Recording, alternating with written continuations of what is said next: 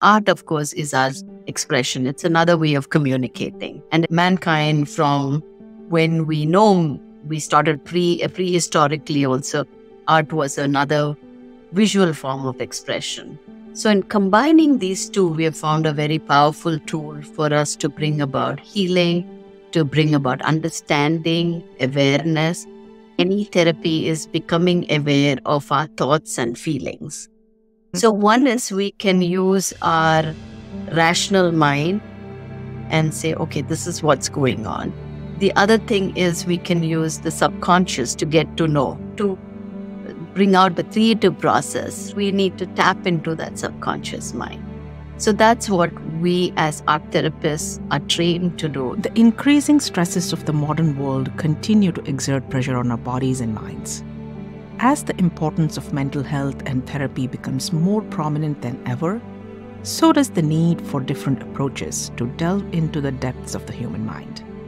After all, it may not come naturally to many to sit across the couch or a monitor to open up their minds to the person in front of them. This is where art comes to rescue, a creative process and form that has long served as a means of human expression. Professionals trained to guide individuals in need through this creative process and the healing journey are art therapists. Today, my guest is Sangeeta Prasad, an artist, author, and a registered board-certified art therapist. With over 30 years of experience, Sangeeta has worked with children, patients, elderly people in schools and hospitals, and her own private practice. She will take us through the world of art therapy, sharing her personal journey and shedding light on what it takes to be an art therapist. This is Career Calling, and I'm your host, Pratibha Pandit. Hi, Sangeeta. Welcome to Career Calling. Hi, nice to meet you, Pratibha.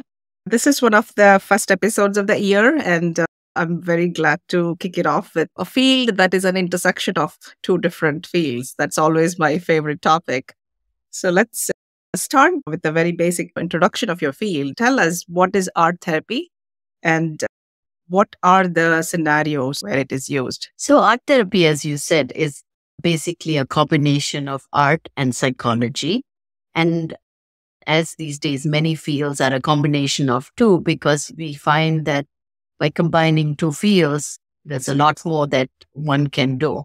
So the psychology field works with the human brain, the behavior, how we are interacting in this world. And art, of course, is our expression. It's another way of communicating. And mankind, from when we know, we started prehistorically also recording things on caves, and art was another visual form of expression. So in combining these two, we have found a very powerful tool for us to bring about healing, to bring about understanding, awareness, so many different things we can work with people in varied settings. So coming to the settings that we work in, we work with children, adults, seniors, and in various kinds of settings, like in schools and hospitals, in psychiatric hospitals and medical settings with people going through oncology treatment, cancer treatment, AIDS treatment. At one time, that was very much needed in prisons. So we have very different settings that we can work with, and with different diagnoses also. And it doesn't have to be with someone who has a diagnosis. It can be with the general population. Wellness is something that we are all looking for in this day of so much of stress, and learning about ourselves. Art can be another way we can do that. There is so much focus in the recent years about therapy and all of that. Is there a specific scenario where people are recommended art therapy, or it is just a preference? People who are interested in art therapy, they decide instead of the regular therapy session, they opt for art therapy. Where does the importance come into picture? So both. One is, say you have tried talk therapy or counseling and you find that you're hitting a roadblock. You might say, hey, let me find another way of doing things, another approach. So you might choose art therapy as one of the modalities. Some are movements, there is expressive arts therapy. There are many different categories in the visual form of communication. But then there's also, we get recommendations. Just the other day, I got another therapist, a top therapist has recommended art therapy because this girl loves art. Sometimes people with children, like with autism or with developmental delays, verbal communication is an issue. So then art therapy is highly recommended because we can work with fine motor, gross motor coordination. We can work with focus. We can work in non-verbal communication methods. So there are many different reasons why a person will be recommended for art therapy. Is there a specific form of art that is typically used, like a visual art, painting, or sculpture? What is the span of this area? It's very wide, from pencils, chalk, pastels, paints, acrylic paints, oil paintings, you name it, clay, digital art.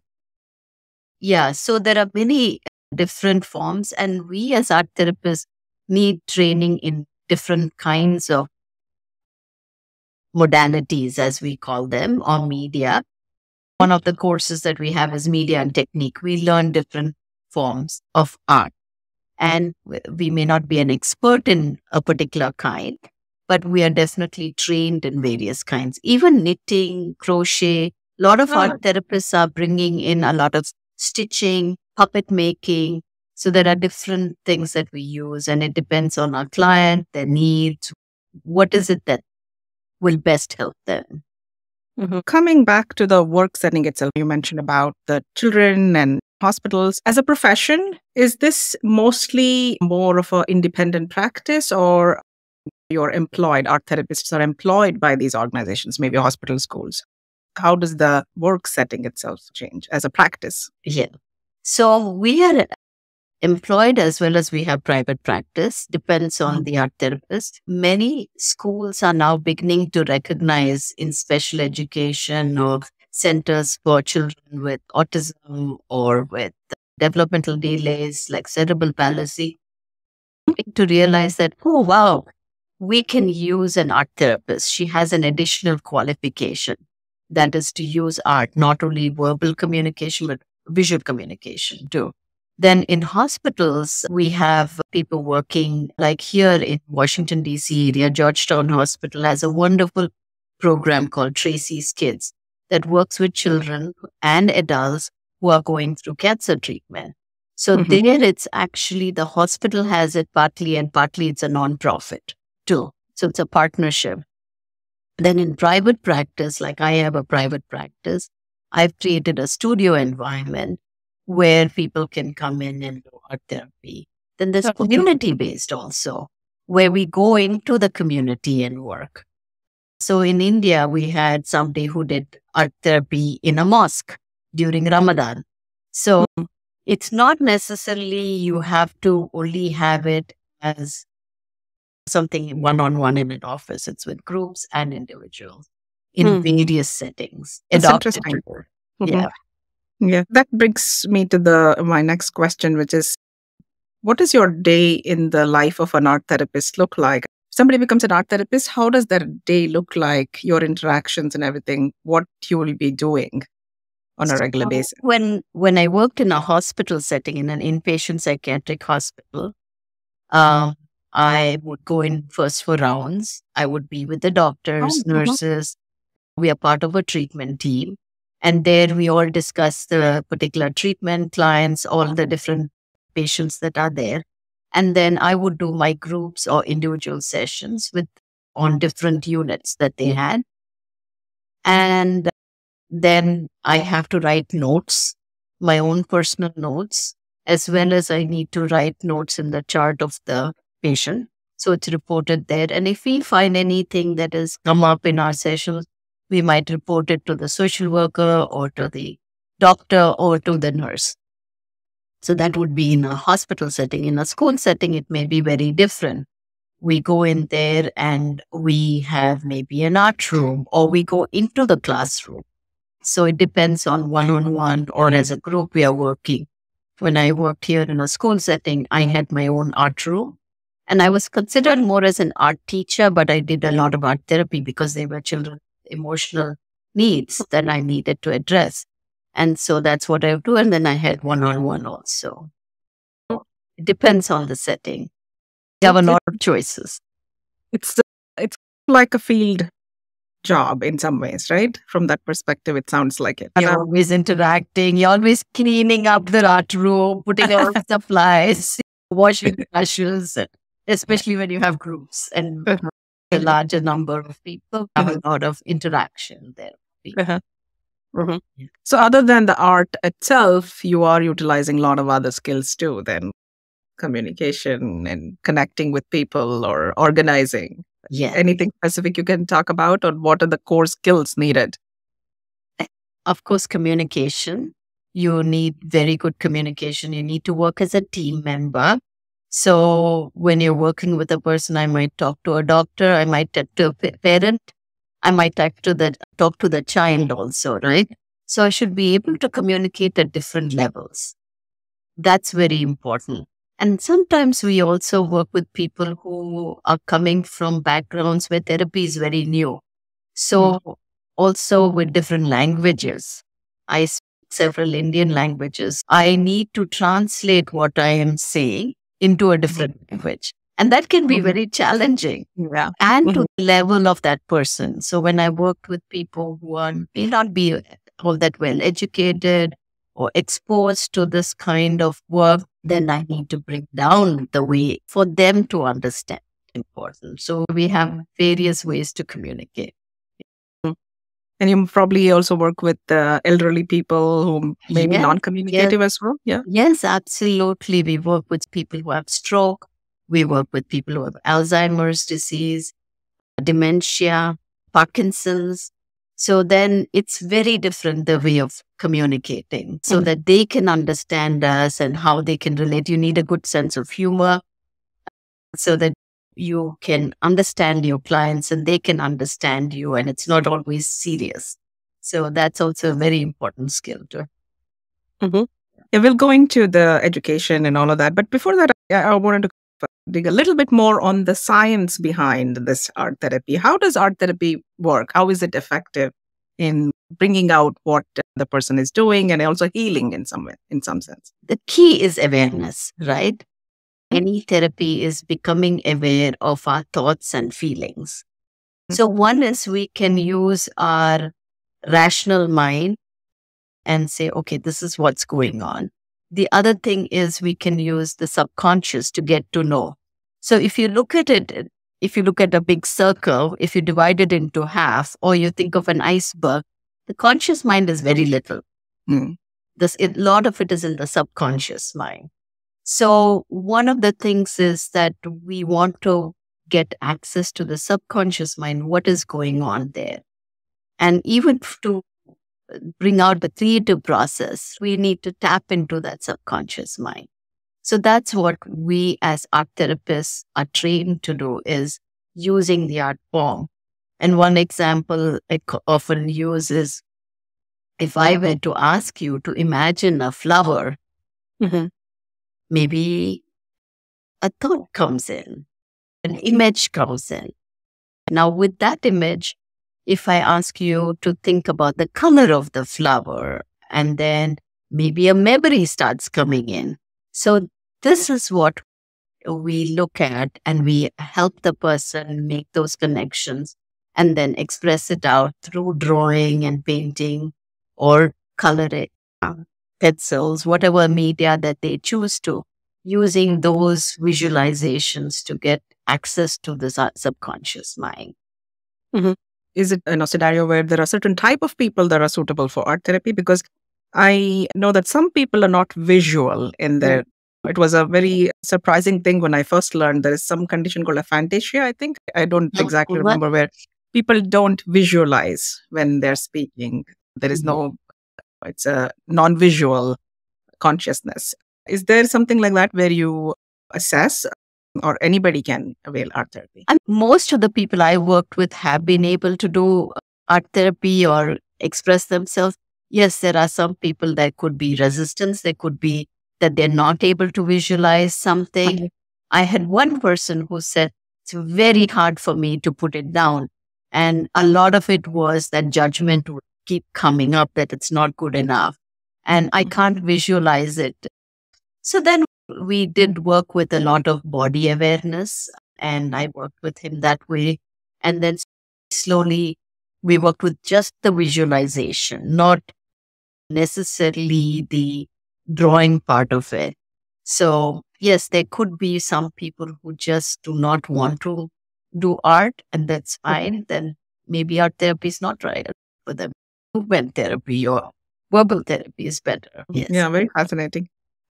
For the neurological or the psychological part of it, art therapists trained even on that side. Like, how do you translate what somebody is Yes. expressing? So to- now all the courses require a neuroscience class where we are taught the basics of the brain.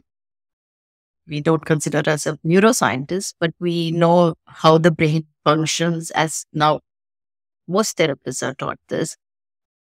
So we understand where trauma is, which part of the brain uses. If we use, for instance, the frontal lobe is used for decision making.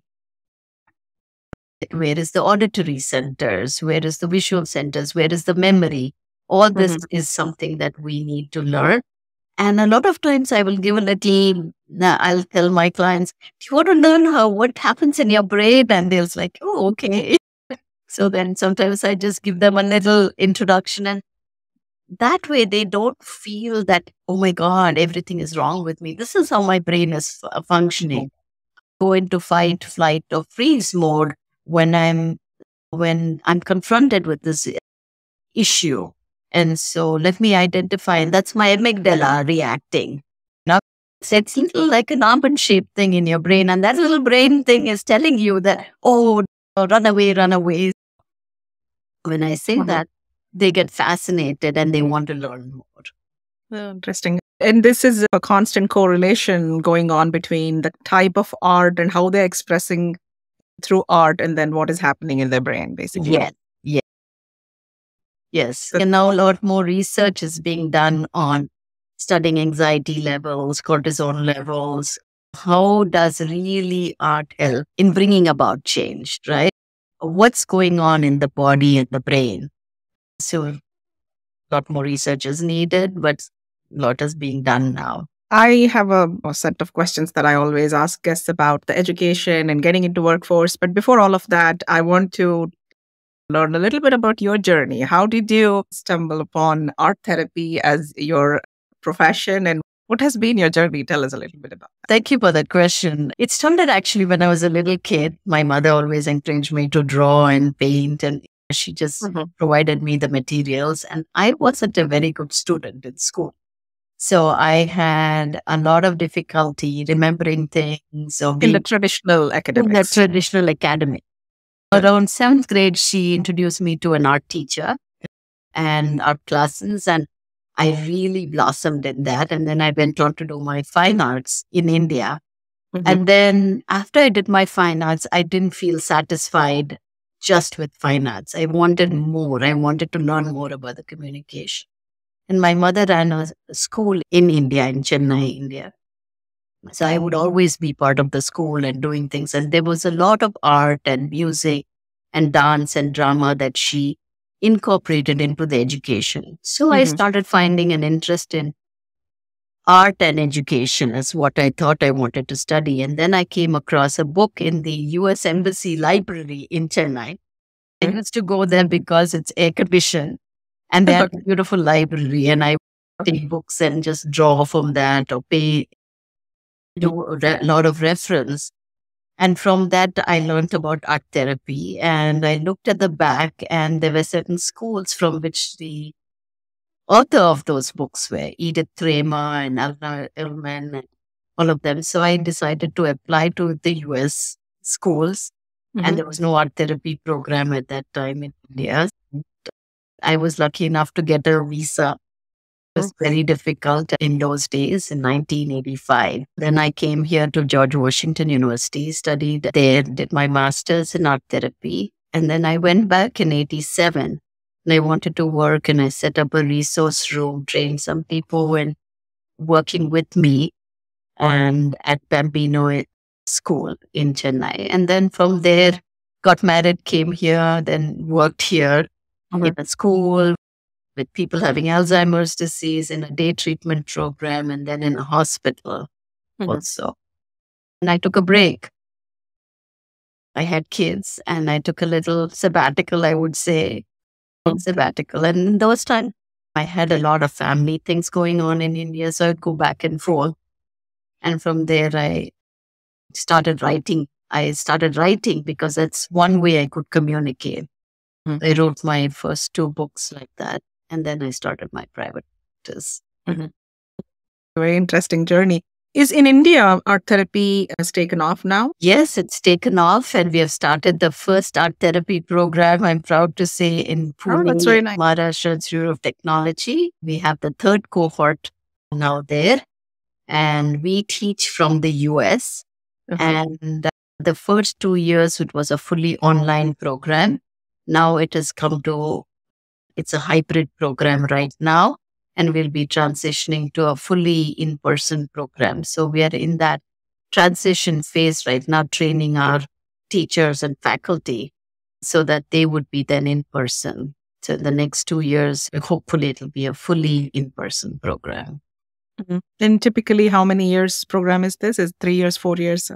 It's usually a master's level program. It's a 2-year program. That's the permission we got for right now. Eventually, we don't know if we may make it a 3-year program. And we are meeting the global standards for it so that our students get certified by the certification organizations. It's called NZACATA, which is Australia, New Zealand, Southeast Asia organization, or the American Art Therapy Association. Mostly it'll be NZACATA. And students with any bachelor's background can come in, or is there a specific area in bachelor's that they need to have? They have to have some training in psychology and some training in art. So either a bachelor's in art with some courses in psychology. So a lot of them go in for an online program in psychology, or some to have psychology and then they have taken art classes. So they come in, and then we provide also in India, we provide those classes at our program because the education system is a little different. We have the basic psychology and art courses in the graduate program there. How about in US? What are the majors? Is it a master level here too? Art therapy gets introduced at a master's level. Yeah. Now we have master's level and PhD level in the US, and there are some programs that are offering undergraduate level in art therapy, but you cannot practice as an art therapist with an undergraduate level. You will like a psychology major in undergraduate. You can't become a therapist. You'll have to go and get further training like that. They have to get further training, but there are several colleges here, both in person and online, art therapy is offered. Are there any top schools known for art therapy here in US? Oh, many schools, but of course we partial to George Washington University. It's not the New York. NYU is there. Florida State is there. Penn West, which is a fully online program. California has one program. Loyola Marymount, I think it's called. So there are several. Midwest has several programs. So there are many. And typically in US, undergrad is often much broader, right? That's where students experiment a lot with different majors. What majors can lead into art therapy? So here in the US, it's wonderful because they can choose psychology and they can choose a minor in art, or they choose a major in art or a minor in psychology, or do 2 majors. So they can choose at least psychology, art, and if they want philosophy or anything else. But these are the 2 majors if they have. They can get into an art therapy program. And the American Art Therapy Association website has a lot of information for anybody who's wanting to pursue their profession. Are there different specializations within when you go into masters? Or do you specialize in a specific type of art therapy, or it's just common art therapy? As of now, there is no specialization, but you tend to get specialized if you have been working at a place for a long time. So some art therapists are more medical art therapists, some are more with children. A lot of art therapists want to do only research.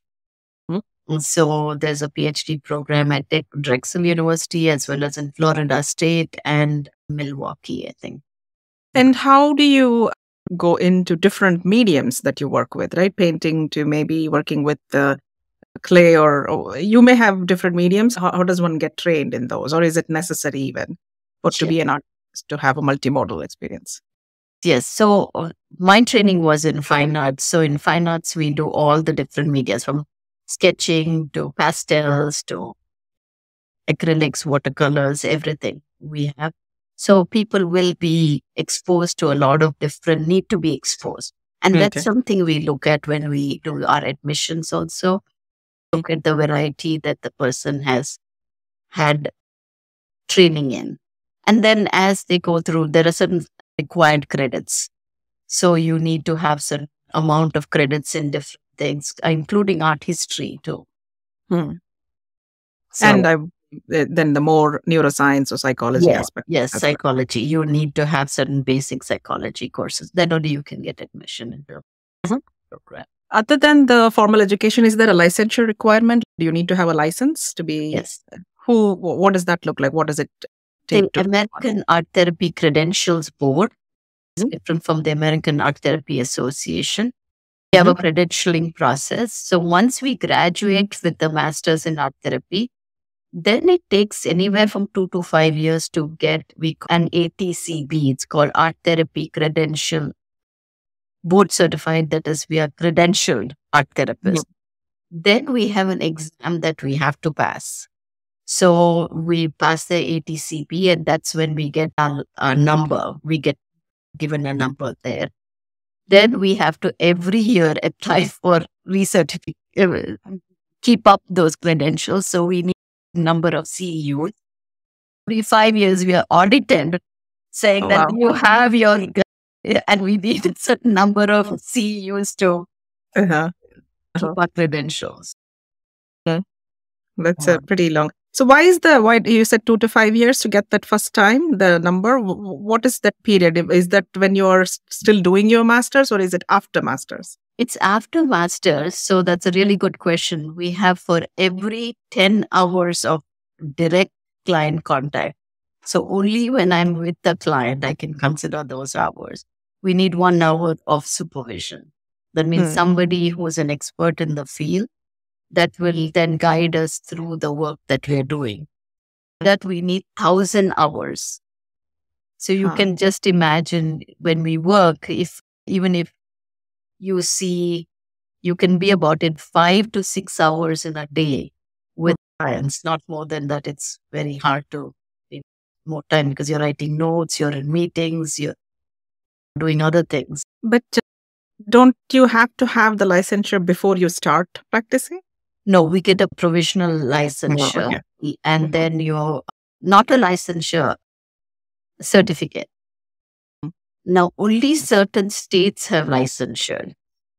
Okay. So Maryland has licensing and Washington, D.C., but Virginia is still in the process getting licensure.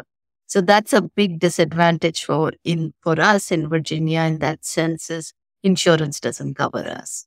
So people have to pay out of pocket, which makes it less accessible to a wider group of people. So it's more like residency where you're training and accumulating your hours to get the licensure. Right. Yes. Yes. Okay. Pretty long path then. If you have a long path before you could get to the practice. I think that's a good thing with anything that deals with people and patients and minds. So that's good. Another thing that I wanted to ask regarding this is, in many industries, each industry has its own trajectory from education to workforce, right? In a lot of industries, it is internships, like you do internships and then you get into junior levels. In some industries, a lot of the art and design type of thing is you start building your portfolio, even as a student or otherwise, and that becomes a strong basis for you to get into workforce. How is it in this? Because it's a combination of the two. Yeah, very good questions. I love your questions, Pratibha. Really wonderful. Yes. So you do, first of all, you have to have a portfolio when you start off in applying for master's level, right? They will review your portfolio and any written work also is reviewed. Then after that, when you finish during the master's program, we have 750 hours of internship hours with Okay. supervision. We are working along while we are studying, either an art therapist or an allied profession, so that we are monitored there. Then once we finish, then you will need to get your ATCB. So for that, you work also and get supervision. And so that is the process that we, yes. Mhm. So these internships could be with anybody who's doing private practice or in a hospital setting. It could be anywhere. Generally, private practice is not recommended. We usually are in a setting where then we work with many different people in that field. If they don't have anybody like, and they have to work with private practice, but then that has to be monitored a lot more. Nice to be working with an art therapist. So you gain insight into how she is working, then you can create your own style of working too. Mhm. Now, there may be many artists, either in the fine arts or with hard material like sculptures and all of them. Their studios or their artists, they've learned. If they want to get into, they're not like students who are starting and discovering this field and learning, but they have been artists. Is there a path for them to get into art therapy? Do they have to go back to school and learn masters? Is that the only path? So in order to call yourself an art therapist, you do need to have a master's degree. Okay. Mhm. So a lot of artists will say that they're doing art as therapeutic. It's like more of a therapeutic modality. Mhm. And of course, it's relaxing when you color and you do a mandala or coloring or any coloring page. That is definitely And pottery. relaxing. I remember doing pottery, which is Yeah, very zen. poetry, and there's a lot of self-esteem building and focus. And but as an art therapist, those artists do not have the psychological training. So say Mhm. something is triggering in us as they are building something or making something, they will not be able to work with that person. They will Mhm. have to definitely then hand over that or recommend to that person that they go seek professional help. It could be with a talk therapist or an art therapist. But I would not advise them to get into the therapy part of it. But do art therapists have assistants or help who are just artists? Is that such a role exist or no? Not that I am aware of. Therapists themselves are artists, so probably Yeah, or yeah. We take them, like, for instance, in the museums. One of my colleagues works in the museums and she does with older adults and dementia patients. They have this program in Mississippi where they invite people to come into the museum, and she goes and she does something called close looking. And they look at art and they talk about the art, and she works with the curator. So it's a group that is done in with each other, like they do it together, and then they do artwork on the feelings or the emotions that were generated or a technique. So there's a lot of things that they can do together. I might work with a movement therapist, or I might work with an yoga person or an artist also. But then it's a combination of the two. Mhm. Let's talk a little bit about the career path. Is there something like a career path in this field, or it is mostly you're practicing and you are working with different settings? Is there any kind of identifiable path? A lot of I can speak to the technology field, right? You can go into becoming an engineer, senior engineer, or a CTO, or a product manager, or a there are different ways career progresses. Is there something like that in this field, and what would that? So it depends if you're going into academics, you're going into a hospital setting, a school setting. Generally, you come in, if you come in, you say in the academic area, you might come in as a visiting faculty, then you become an adjunct faculty, then you might become a Mhm. professor, and then you can become the director of the art therapy program. And then people go on to do their PhDs, and then they become faculty in a PhD program or a researcher. So that's one pathway. The other pathway could be in a school setting where you start off as a teacher and then you might become the head of the department or so those are the kind of career paths. And then in private practice, it's mainly what you build, right? Doctors, basically. Yeah, like doctors. Yeah. You're just building your private practice. And there are now group practices now here in Northern Virginia that people have set up. So they combine with the psychologist, social worker, the art therapist, and then they create a nice group practice. That's about the formal education and the path.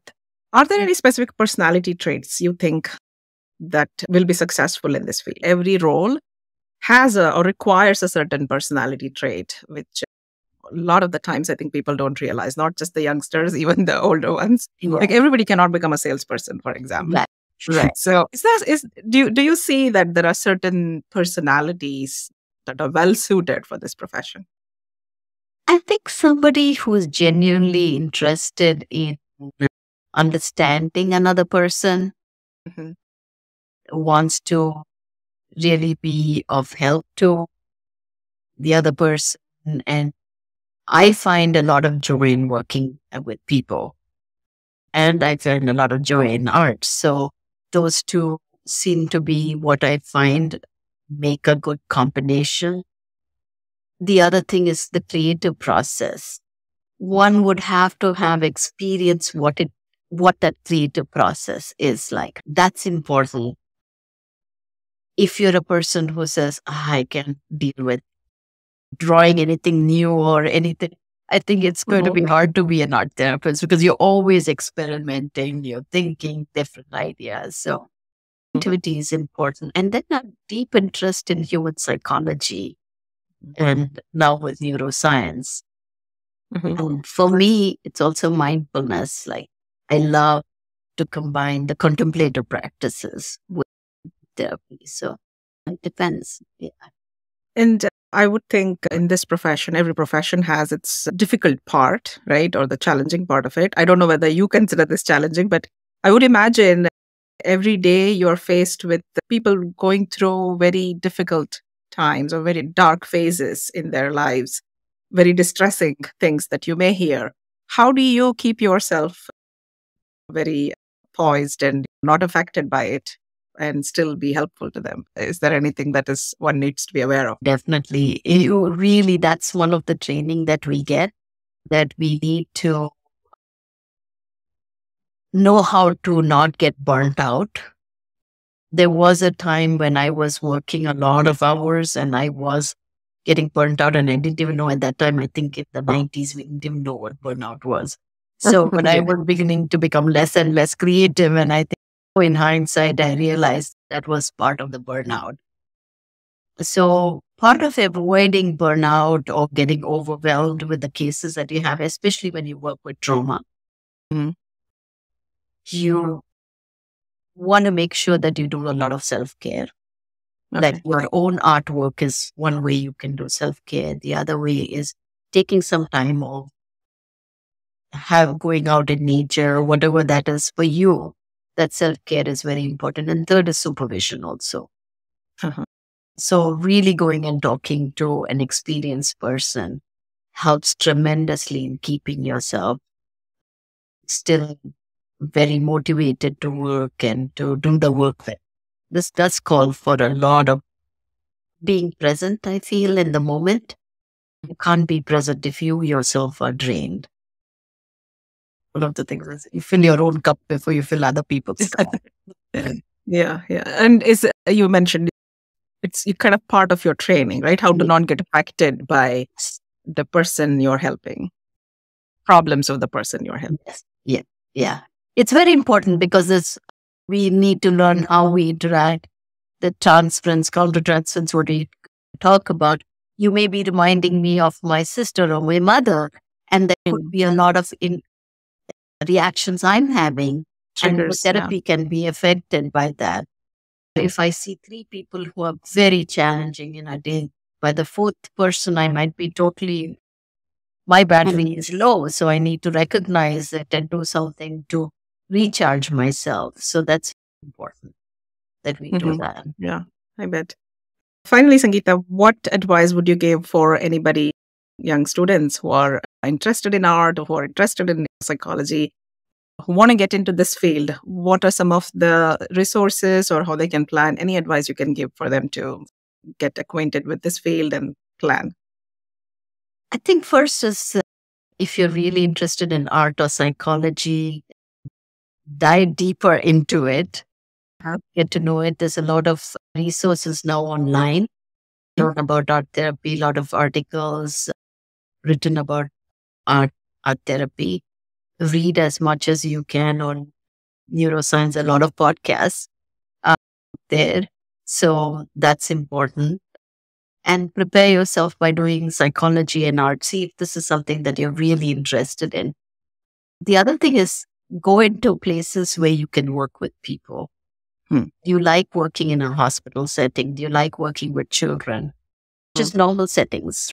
Just go in and work there and see what calls. Just to see whether you like working with. Yeah, working with people like that. And if you're not really comfortable in those settings, see where you would feel more comfortable working, and then see if this is a profession for you. In some areas, I know that even high school students can do internships or something like that. That's not possible in this, right? Or is there any way they can get a taste of? They can, some of them, some places they will allow. In private practice, it's harder. I do get a lot of requests actually of students wanting it.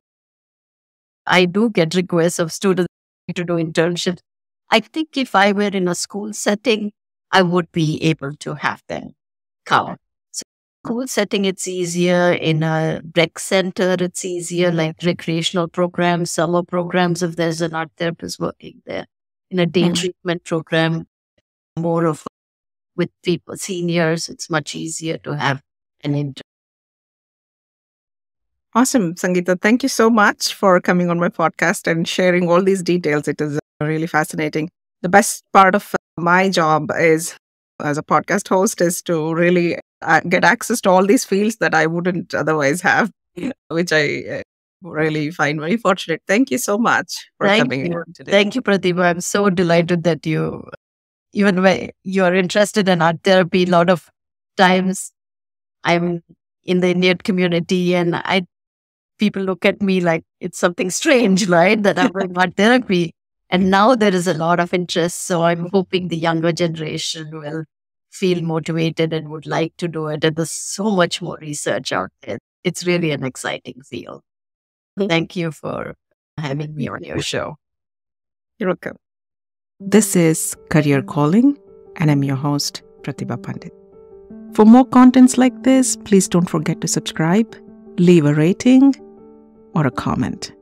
Thank you for tuning in.